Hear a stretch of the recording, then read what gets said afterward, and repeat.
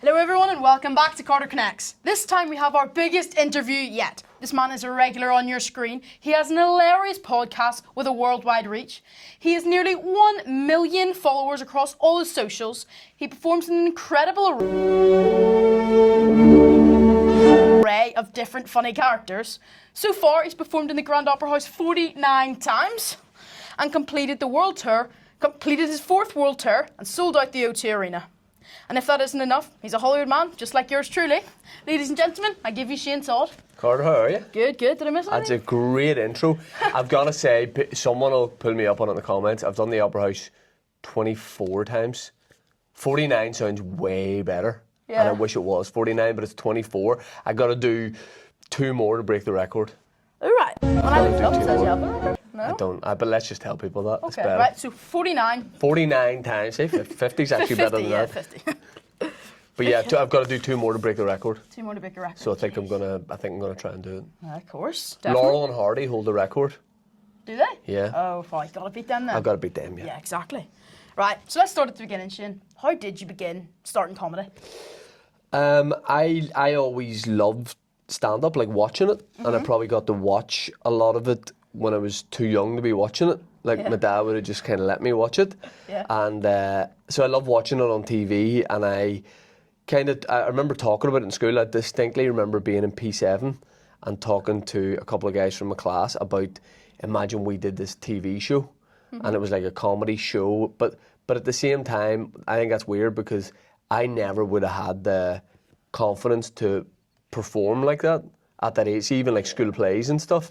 I never would have, like I was in the school, I went to Strandtown Primary School, and I was in the school choir, but I mimed, I like lip synced. Like I just didn't have the confidence to sing out loud. And so from a young age, I wasn't like, I wouldn't have put myself forward to do something in front. I hated talking in front of the class. I loved chatting, but I hated being in like a formal situation where I had to like present or do something like that.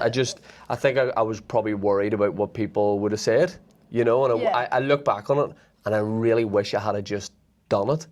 But I started doing stand-up. When I was about 17, I started liking the idea of it, and I thought, what would that be like? But it would have been really outside my comfort zone.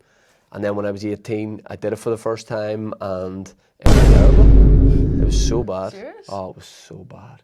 When I was 18, I looked like 14 or 15. So I had like a real baby face, and I think when it started to go badly, I think the audience just felt bad for me because I looked like their little brother or their son or whatever. So I probably got some sympathy laughs, but it didn't go well at the very start. But there was something about it, like the buzz of it and the adrenaline that I felt. I've never felt that doing anything else. So I thought, I'll do it one more time. And I did it again after that, and it went better. Yeah. And then I went, I'll do it one more time. So for years, I was just doing it one more time. And that was nearly 20 years ago. And now you're here. Now we're here. Exactly, that's brilliant. And then you also coming on 600 soon. Yeah. So you did like videos as well on YouTube, and you have like Mike McGoldrick, Keith Cruz. Yeah. You have all them. And if you had to pick one to be your best mate between Mike and Keith, who would it be? It would be an awful lift to be stuck in. It would be awful. I don't think I would want to really get stuck in conversation with either of them. Mike McGoldrick's too loud. I hate, like, say you're in like a restaurant or something, you got that one friend who kind of talks too loud. I hate that. But then the good thing is he has a lot of connections. He can maybe get you in places, you know, you want to book in at a restaurant or whatever, he would know people. I would probably have to go with Keith Cruz because I love football and I'm not into rugby at all. Yeah. So I could at least talk football with him. Yeah. So it would probably be Keith Cruz. But back when I started doing this was, I mean, now if you put a clip out from something, you put it up on everything. This was back when it was just YouTube. When I started making sketches, you would just put stuff on YouTube. It was the only place to put it. And I remember sitting, like the first few sketches I put up, I remember the upload times were like 4.5 hours for like a 10-minute video. And I remember refreshing the views because I thought I was doing it. Like I remember I put up a video, I had no expectations for it, and I hit refresh on the page, and there was another view And I went, oh, maybe I'll give myself like 1,000 views. But it was other people watching it, and I had no idea, and I couldn't believe it. But So you thought when refreshing it, you were getting more views? Yeah. I was prepared to sit all night with matchsticks in my eyes and give myself thousands of views. But yeah, it was crazy that it was just YouTube, and you could put links on other platforms, but you had to click through to watch it. Whereas now, obviously, everything just auto plays. Different game. And I also heard girls like funny guys. Is that why you got into comedy scene? I mean, it didn't hurt. It wasn't the reason I got into it, but I think it was definitely an upside. It's a nice wee plus. But I think girls like guys who are maybe like, you know, singers, you know, that kind of thing, like maybe, you know, singing cool music and interviewers, of course. But I think when you're up doing, you know, jokes about your dad, you know, back in the day when I started stand-up, I just tell funny stories about my dad. Plus, I had like, my voice was probably still like a bit, you know, at that point, like still breaking and stuff. Up and down. So I don't think girls were looking at that going, whoa. Like there was no groupies when I started open mic gigs in Belfast. And then speaking on like standing up on stage and your stories, like comedians have loads of stories every show they do. Yep. Are they all invented or are they all true? I think there's comedic license, which is you can exaggerate bits or you can focus in on a bit that was only a tiny bit of the story, but you make it a bit bigger or you add to it. I think certainly every story I tell happened because I think if it didn't, the audience might kind of see through it or whatever. But I'll tell a real story, but I might add a bit to it that's completely absurd. But the audience know that bit didn't happen. You know what I mean? Or you know, so you have license to kind of funny stuff up, if you know what I mean.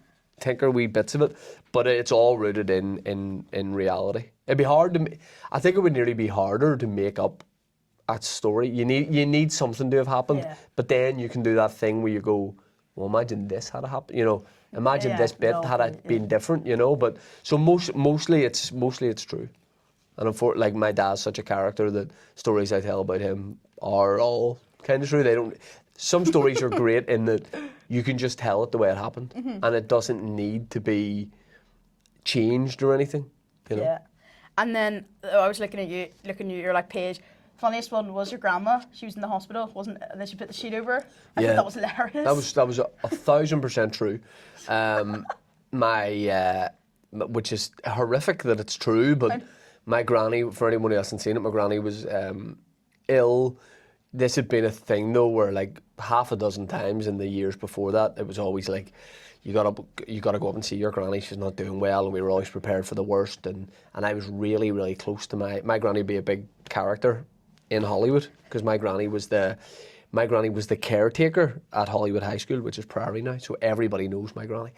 Anyway, we went up to see her and were basically told it's not looking good. And her and my Uncle Jim came up with a plan, and she put a sheet over her head and just lay in the hospital bed, so that when we got up, we assumed she was dead. And then she just sort of jumped up and like kind of burst out laughing.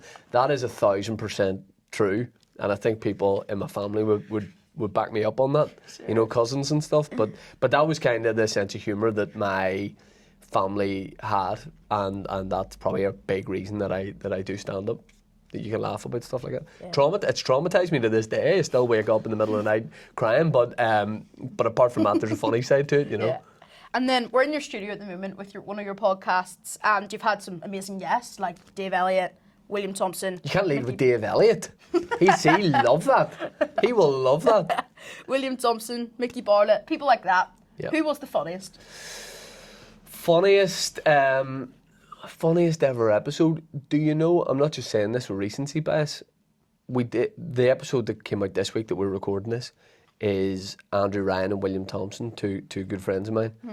And it was just, sometimes you can have a guest who's just in town for a week and you don't think you're going to get them, and then you get them, and it's amazing because you're sitting across from this person. But sometimes actually the best ones are when it's your friends on, people, regulars that the audience know, and everyone's just on good form. I think one of the maddest ones that we got was Tom Segura, who's an American comedian. He was playing in Dublin, and we got to go down there and do an episode with him. That was great. when my dad came on the podcast, that was really funny episode. There's been loads of just really kind of random ones, and then there's ones that you've a lower expectation for, where you go, I don't know what this will be like, and it turns out to be great. Yeah. And vice versa, ones where maybe it is your friend, the regulars that I have, and the people you're always brilliant, and then there's just one where we're just not cooking. So it'd be really, really hard to pick one, but the one we just did with William and Andrew was a really, really great episode, because we kind of went between like silly things and then some serious things as well, which I kind of like doing, so that was a good one. Okay, so had to pick one then. William or who? Willie T. Willie T's the man. Okay, then who's the biggest melt? Biggest melt? Could be the same answer. Could be Willie T, because we travel together a lot on tour. He comes with me on tour a lot of the time, and we argue a lot, but in a silly way, in a sort of brothers way, you know.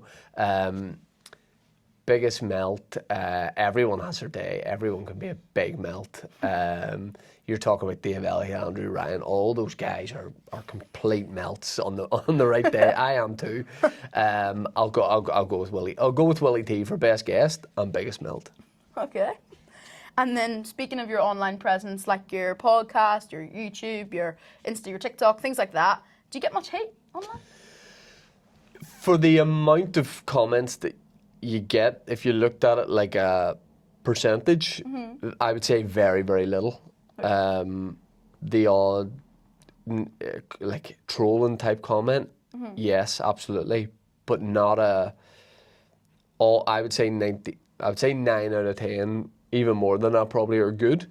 I think the best thing for looking at the negative ones for me is that because I started stand-up so young, like when I was 18, I had kind of that negativity live, like on stage. Like I had horrific things, all stand-ups have. Yeah. But you would do some, 5 minutes at some GAA club in Lurgan, and the audience, you lose the audience and they're shouting mad stuff at you.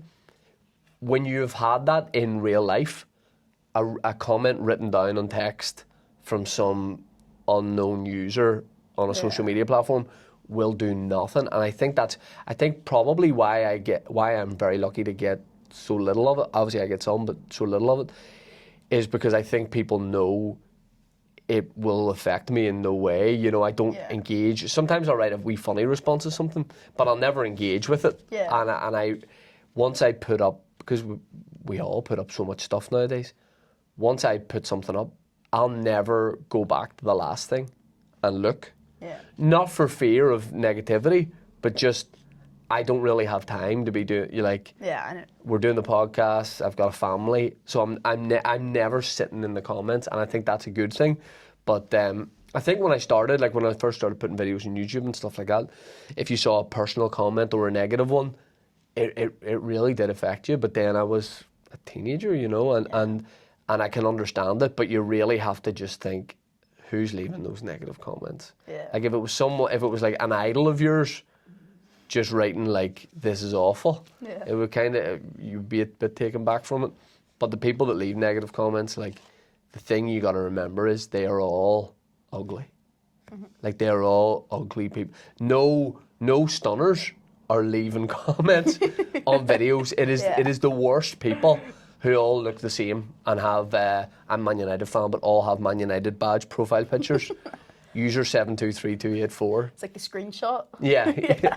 So, I get some, like everyone. I don't get a lot of it, and the ones that I do really, really would never affect me. Yeah.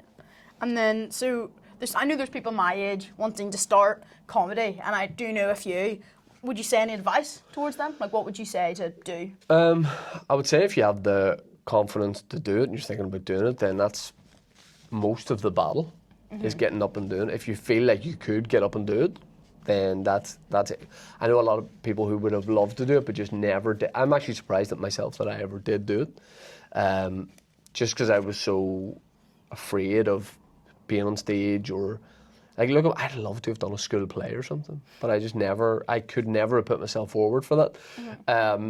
So I would say definitely do it. There's a couple of things, like, don't bring all your friends and family to your first show. In fact, don't bring them for a year, because I've seen people develop that false sense of confidence.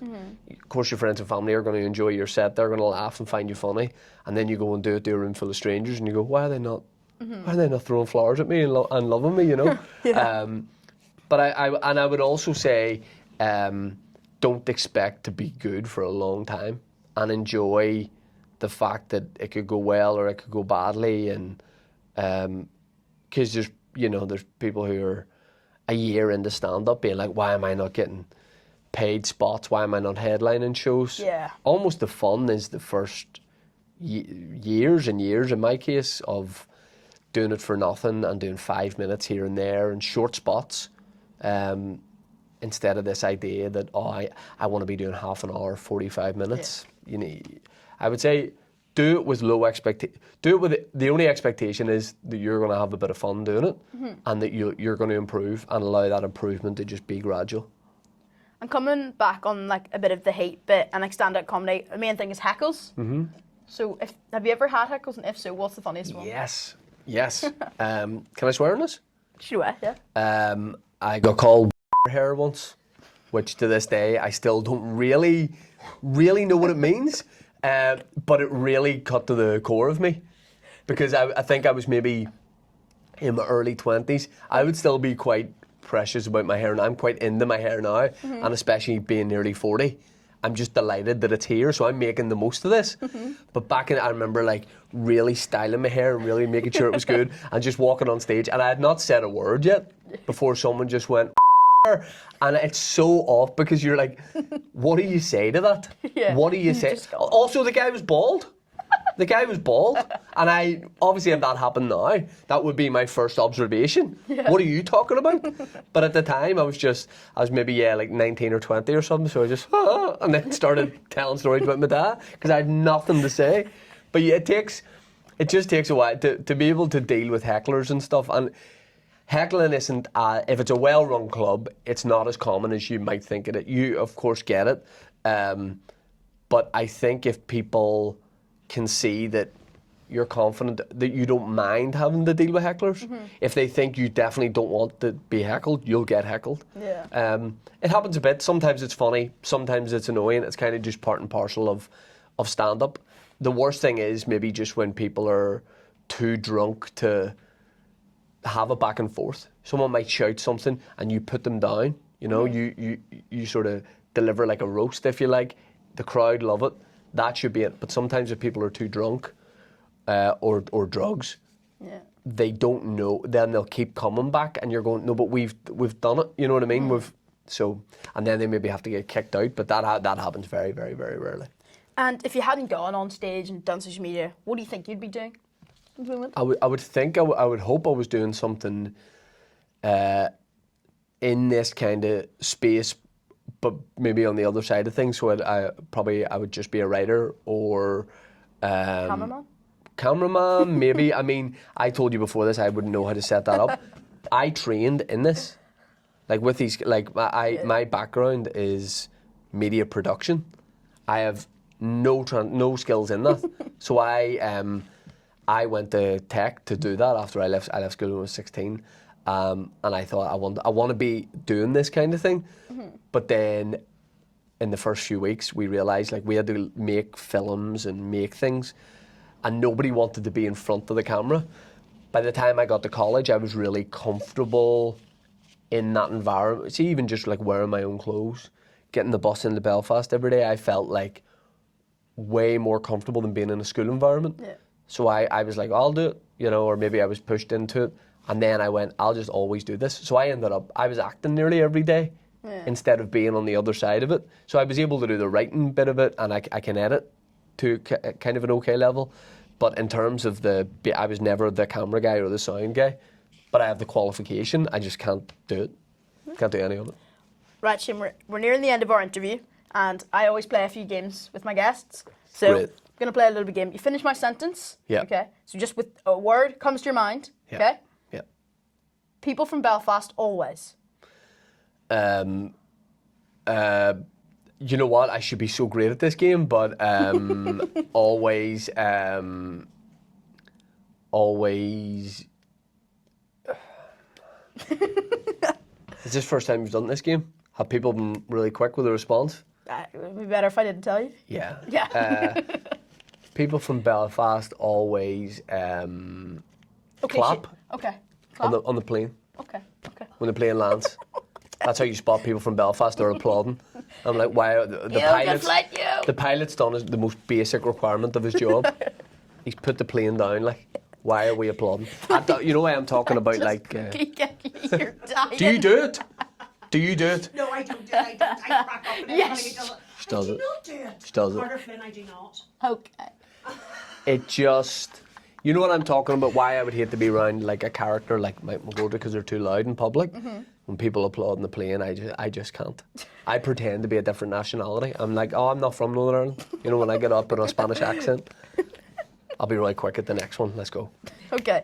The worst type of audience member is a... Oh, What? You're gonna get it? arm shoulder. An arm? This. Oh, right, okay. Yeah. This. Okay. Like, I'd rather you booed than just look at me like this. It's always that. Okay. The most embarrassing thing about being famous is... The most embarrassing thing is playing football, because I play football, but people kind of know me a bit, so it puts so much pressure on me playing football. Because people are like, "Oh, let's see what you're like today."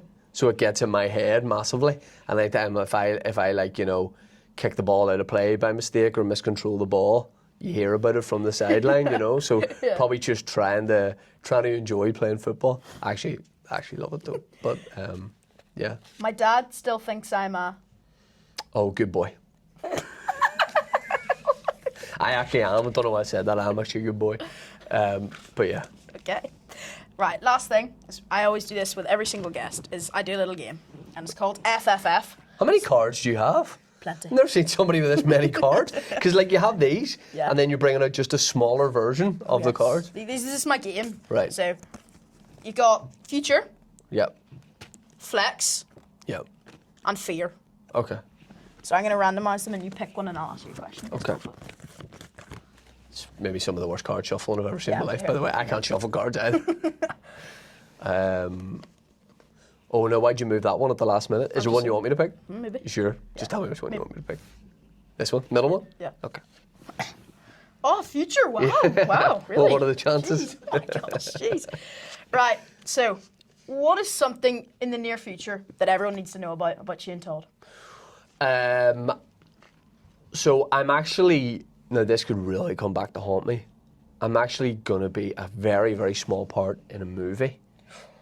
I'm actually doing a costume fitting today for it, but it's a movie that, I don't know if you heard of the comedian Bill Burr. No. Big American comedian, one of the biggest.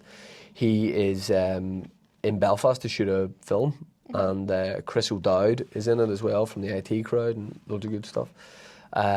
So I vaguely know the guy who's producing it through a friend, and I heard they were making the movie here, and I just emailed him and said, "Hello, are you making a film in Belfast with Bill Burr?" And he said, "Yes, I am." And I just said, "Can I be in it?" And he went, "Yeah." So I went and met him for a coffee a couple of weeks ago, actually at the Culloden in your neck of the woods, as you pointed out earlier, which was great. When I went, "Are you from Hollywood?" And you went, "Yeah," and then you went, "Well, Cultra." And I like the way you did that. So I'm going to have a very, very small role, but why I'm saying it might come back to bite me is sometimes obviously things get cut for time. So I guarantee I go to the premiere of this and tell everyone, and then after the credits I'm like, when are we doing my bit? You know, so but I think I'm going to be in that. Okay. So hopefully going to be in it. So here's the big news. I might have one line in a movie that I don't know if they'll use me Nice. for. Thank you. Nearly left me hanging there. Yeah, I did. Yeah, all right. Anyways, Shane Todd, everyone, thank you very much for coming on No problem. ConneXts. Thank you very much for having me. Guys, like and subscribe, please, and go follow up Shane Todd. Where can they find you?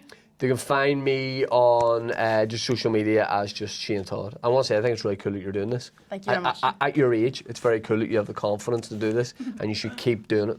Thank you very much, Shane. All right. Thank you very much, dude.